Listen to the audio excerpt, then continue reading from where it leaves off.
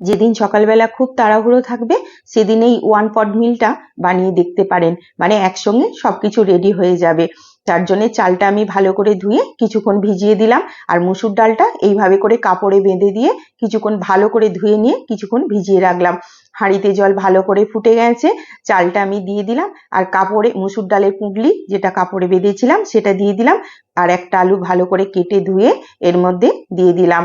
কিছুক্ষণ ডাল চাল আর আলু ফুটে গেছে, এবার একটা বেগুন আমি কেটে এর মধ্যে দিয়ে দিলাম, আমার যতটা লাগবে ততটাই দিলাম। এবার আমি কড়াইয়ের মধ্যে অল্প তেল দিয়ে কয়েকটা শুকনো লঙ্কা প্রথমে ভেজে তুলে নিলাম।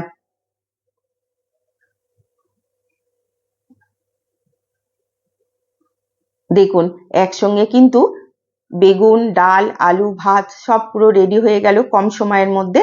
এবার অল্প কটা কলাইয়ের ডালের বড়ি আমি এইভাবে করে প্রথমে তেলে ভেজে তুলে নেব। ওই তেলের মধ্যে অল্প একটু জিরে ফোড়ন দিলাম, আর পেঁয়াজটা পাতলা করে কেটে অল্প একটুখানি আমি তেলে দিয়ে নরম করে নেব, বেশি ভাজবো না। এবার শুকনো লঙ্কাটা অল্প একটু নুন দিয়ে প্রথমে আমি মেখে নেব ভাজা লঙ্কাটা।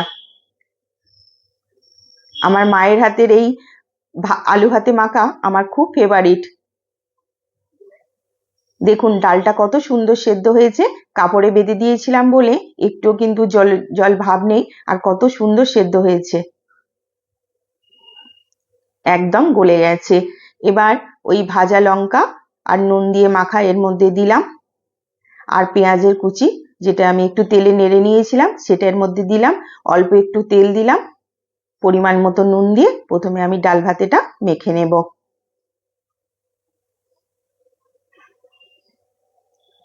এরপর আমি আলু ভাতেটা সুন্দর করে মেখে নেব। বড়ি ভাজাটা এই আলু ভাতের মধ্যে আমি দিয়ে দিলাম। এভাবে করে মেখে খেয়ে দেখবেন, খুব ভালো লাগে খেতে। রোজ রোজ তো সবজি ভালো লাগে না, আর যেদিন খুব তাড়াহুড়ো থাকে সেই দিন এই ধরনের খাবার খেতেও ভালো লাগে, আর স্বাস্থ্যের জন্যও কিন্তু খুবই উপকারী।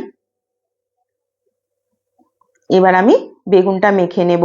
বেগুন মধ্যে আমি কাঁচা পেঁয়াজের কুচি দিলাম, দিলাম কিছুটা ধনেপাতা, অল্প 1 চামচ সর্ষের তেল, অল্প একটু নুন আর একটা কাঁচা লঙ্কা দিয়ে বেগুন ভাতেটা সুন্দর করে আমি মেখে নিলাম। দেখুন আমার থালা কিন্তু একদম রেডি, গরম গরম ভাত, ডাল ভাতে, বড়ি ভাজা দিয়ে আলু ভাতে আর বেগুন ভাতে। বাস, ভালো লাগলে একটি লাইক করবেন, কমেন্ট করে জানাবেন, আর আমার চ্যানেলটিকে সাবস্ক্রাইব করবেন।